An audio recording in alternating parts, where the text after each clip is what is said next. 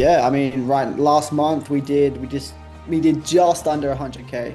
Mhm. Did around 97,000 USD, which was like a huge jump.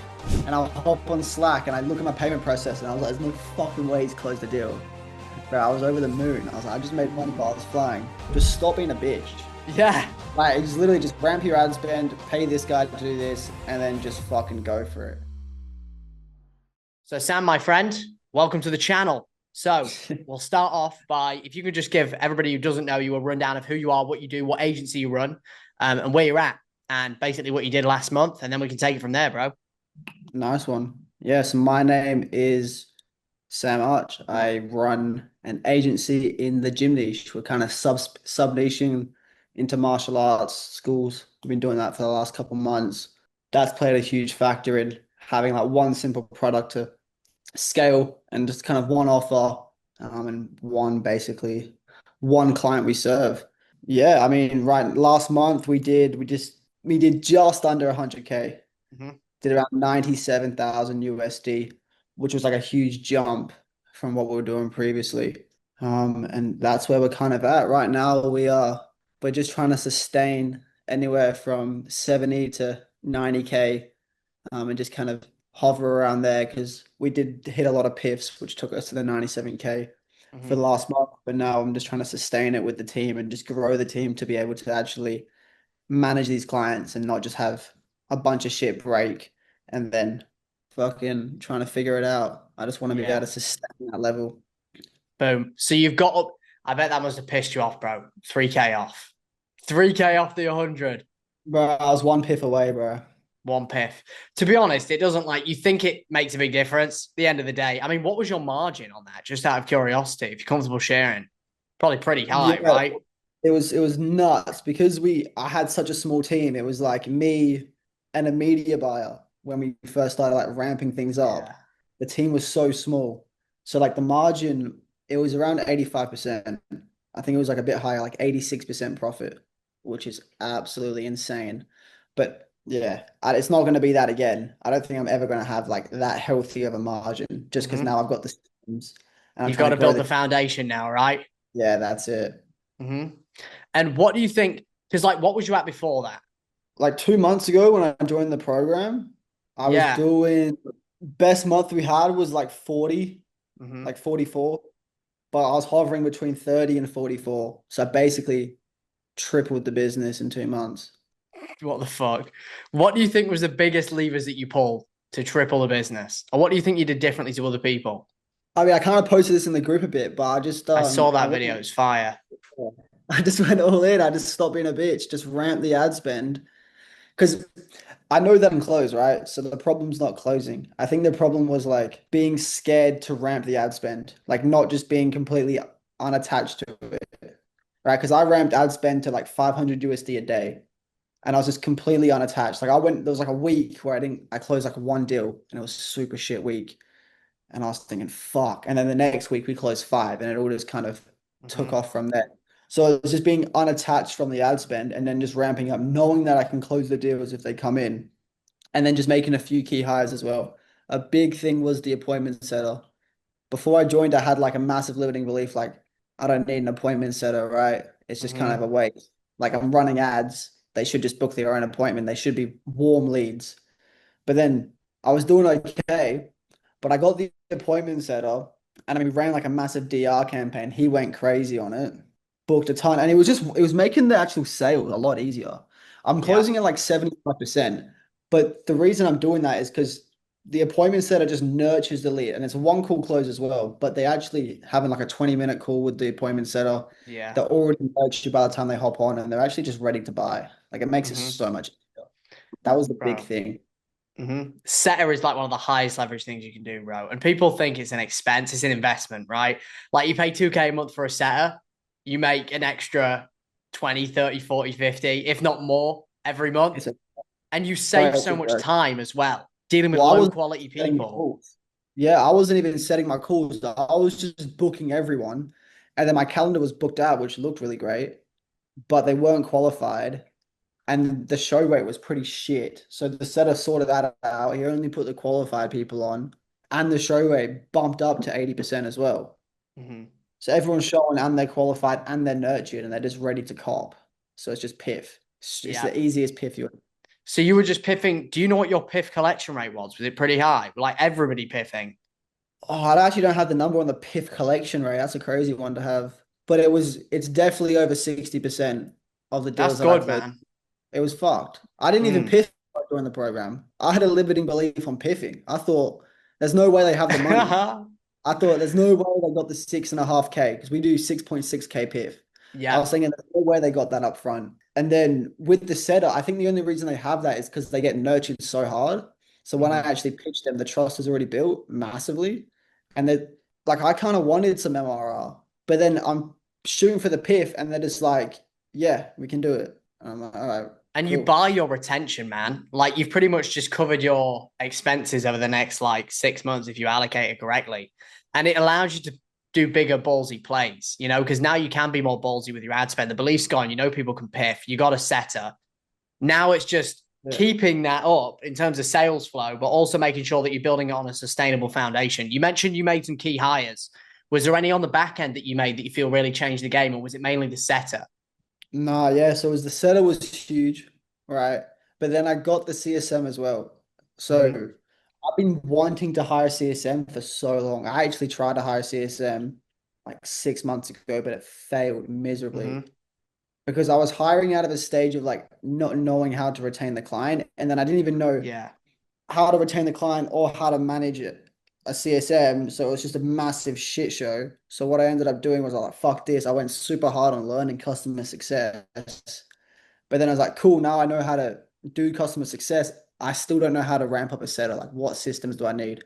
I mean the CSM. So I got the CSM as well. He's fully ramped now and he's managing Nice. all the clients. That was another big problem, right? I was Mm-hmm. booking my calendar with sales calls and then I was trying to find times, like my clients were trying to find times in between the sales calls to book their check-in calls. And it was just a shit show, bro. Yeah. But then I finally fully got that sorted out and I just went all in on sales the last month. And then that's how we hit the number. Stage two of the agency, bro, the delegation dilemma. That's the biggest constraint, right? Because you're your own constraint at that point. Because you've got clients trying to book check-ins, which you probably fucking hate taking anyway. I used to hate taking them. And then you've got people that want to buy, but they're being booked second priority a lot of the time over the client success calls. So there's just like gaps in the calendar that people are trying to book sales calls in. You're just leaving easy money on the table. So you're fully out of client success now. Yeah, fuck that. I ain't talking to none of Boom. these people. It's it's bro, it was the first time I actually met like when I got the CSM, I was like, there's no way. I just piff and almost forget. Like obviously I still gotta manage the CSM if he has any problems, but it's like Mhm. that's the last time I actually have to hop on a call and just get to the next one. Like that Oh, was it's bro. beautiful, man. And then the next step is going to be bringing in a closer. So you literally make money while you sleep. I've got the closer, bro. It's already Yeah. done. It's done. I when I came to Dubai, it was nuts. I took my setter to closer because this guy was such a beast on Nice. setting calls. And he already done closing before, and I was like, Yeah. fuck it, you can close. And I'm just got him on like a full unicorn thing. So he's setting and he's closing. Mm-hmm. When I came to Dubai, it was his first week closing, his first day, and he closed the deal while I was flying. And I was That's like, what there's you no want. How hopped off weird the of a feeling is that, bro? You do nothing. You have somebody sell. You have somebody manage the client. Chef's kiss. It's a weird chefs. feeling, though, bro. It's a weird feeling. Bro, it's book your cook, bro. Chef. It's not. I hopped off the plane, bro. I was sitting in the lounge and I hop on Slack and I look at my payment process and I was like, there's no fucking way he's closed the deal. Bro, I was over the moon. I was like, I just made money while I was flying, which is That is like huge. before I was traveling, bro, and I just couldn't do it. Like it was like if I'm Mm-hmm. traveling, I can't take the sales calls, so I'm gonna have to take a break on sales. Mm-hmm. But now it's just ramping him up. And then once he's closing at like 50%, yeah, it's a madness. Then you just scale because you'll actually find if you were doing a lot of other things, he might even be better at sales than you eventually. Now, the likelihood of him being having a 75% close rate is pretty low. But if you think about it through the lens of you also see the back end stuff, and when shit's fucked, whether you like it or not, it's affecting your ability to close. because some shit is Oh, always going to be fucked on the back end, right? like He's not going to have that problem if you kind of keep it like with a sales team. You open the door a little bit to the back end. You give them some information. You don't give them everything. They don't need to know everything that's going on. They don't need to know when clients churn and things like that. Because if they do, it's going to affect their ability to close. Because conviction is more important than overall ability. Conviction is like the most important thing in sales. bro, the biggest problem I was running into is because I have a bunch of clients that are super happy, right? So I was running like I never really get objections, and then when I did get the objection, I just completely forgot to have like really objection handle. I know what you're I saying. was like, just go talk to this guy. Like, all right, you don't trust me. You don't think it'll work for you. All right, talk to him and come back to me. Yeah. And you're bringing a lot of cash in, and you're like, oh, like, because there's more juice you could have squeezed out of the lemon. And if you had a sales rep that was doing that, they probably would have been more hungry. Oh, they would have, yeah, they would just like this guy can objection handle way better than me, 100%, because he's Mm-hmm. been doing it. I haven't objection handled in so I long. had the same thing, man. When I was like coming to the end of like wanting to delegate sales, or whenever I had to hop back in, like somebody would give me an objection, I'd just be like, just fuck off, man. Like I can't be asked. Just like do whatever you want to do. You're gonna need us eventually. Do you know what I mean? Yeah, But like sales reps won't take that, and you shouldn't really. Like if you have right. calls that the sales reps are looking at as like the gold standard calls they should model, you shouldn't give them the ones you just not being asked to handle the objections. But It's like you've closed four piffs a week. It's a Friday night at 5 p.m. and this guy's just fucking giving her his bullshit. And yeah, it's fuck yeah. this. 100%. And I'm curious to know, like on the program side, because this is all you, like whether you like it or not, I can give you the resources and things like that, but it's all 100% you and your team and what you've been able to do. What do you feel like was the biggest thing that helped with the program specifically, whether it be content, whether it be the calls, communication? What do you feel helped the most? I feel it was definitely the calls with the content. However, the thing that helped me the most is probably the onboarding call, to be honest. Like that was Mm-hmm. huge. Yeah. Just because a big thing for me, it was like I was closing deals, but I had a lack of direction. So I was getting a bit like a lot of anxiety, just like not even anxiety, but just kind of like stressing over like, I don't know where to take this. Right. And the biggest thing is just knowing the next steps. Like I do this and I do this and I do this. And then we hopped on that first call and you're like, all right, these are your immediate actions. I was like, all right, cool. Done all of those things. Mm-hmm. And then I got to the goal that I had when I initially hopped on the call. You were just like, hire a CSM, this is how you do it. Get Yep. an appointment, set it up, this is how you do it, this is what you pay him, this is how you structure it. And I was like, cool. And then I'll just do those things. And there was this content on how to actually perform those actions. And then just hopping on the coaching calls every Sunday, or a Sunday for me, and just making sure I was on the right direction. Right. And a big Mm-hmm. thing as well was just managing the team. That's kind of the main reason I hopped into the program was like I wanted to know how to manage the team Mm-hmm. because like that was like a skill I'm still trying to learn now, but I was lacking massively. And then Yep. just figuring out how you manage it, expectation setting, and just the whole realigning thing, and then how you actually manage the people, that was huge. Mm-hmm. So that's what I think got the most value so far. It's the unsexy stuff, but you need it. You know, you don't need it to get to 10K a month. Like you can get away with it 20K a month, 30K a month at a push with piffs. But if you want to build something sustainable, like six figures a month, two things you need that nobody talks about: data, tracking, and like you need to know how to manage a team. Because again, you're gonna hit a point of you being the constraint, right? Where you've got to hire people to do the things you need to do. Well, it's like you don't know what you don't know. I knew that I needed to do these things, but I didn't know how to do it. Mm-hmm. And it's like you can't just search up on YouTube how to hire a CSM for SMMA and then figure out the It's exact too brief. much of a complex problem. Do you know what I mean? It's like the harder the problem is you're trying to solve, usually the less information there is on it. Because it's so specific. How to hire a CSM for a martial arts SMMA. Imagine there was a video on that. Right, that would be broken, bro. But it's like you search that shit up and it's just like all these big, like multi-million dollar companies teaching you how to be a CEO. And it's like, this is just not, It's not relevant. It's not like you yeah, don't so need to go that. And like I've even found as well when you type in, because I used to do that, I used to type in shit like that, and you just get these like overly. It's either these people just talking about it for an hour, or it's just like these super generic videos. I'm like, yeah, you need to do this and that with like these hyper edited videos. There's no fucking like, here's the SOP, here's how you do it, here's an example interview. You don't get that shit. that's exactly, I just needed to know where to get the fucker from and then how to manage the cunt. Like on Monday, you're just like, all right, this is how you do it. Build your Monday out like this. These are the Mm-hmm. boards you need, the automations you need. This is how you structure it. And that's what I was missing. Like I was searching this shit up for so long. And then like you find all these lengthy templates, like these click. I was like, bro, this shit just looks anal. But you were just like, look, just build it out like this. Mm-hmm. You're at the stage. These are the only things you need. And I just did that and boom. You know, it's so funny because people overcomplicate it so much. It's actually not that difficult. It's literally you hit a problem, you either pay in one of two ways, you pay with time or you pay with money. It's so simple. I would not, and I remember us having a conversation about this on the onboarding call. I wouldn't say I'm extremely intelligent. I know you probably wouldn't say the same either. It's just like, Bro, I'm okay, low key. I'll pay somebody who's already done what I want to do, and I'll just follow what they tell me. It's that simple. It's not But fucking hard. it's actually just like what I've been keep saying to everyone in the group, just stop being a bitch. Yeah. Like it's literally just ramp your ad spend, pay this guy to do this, and then just fucking go for it. It's that simple.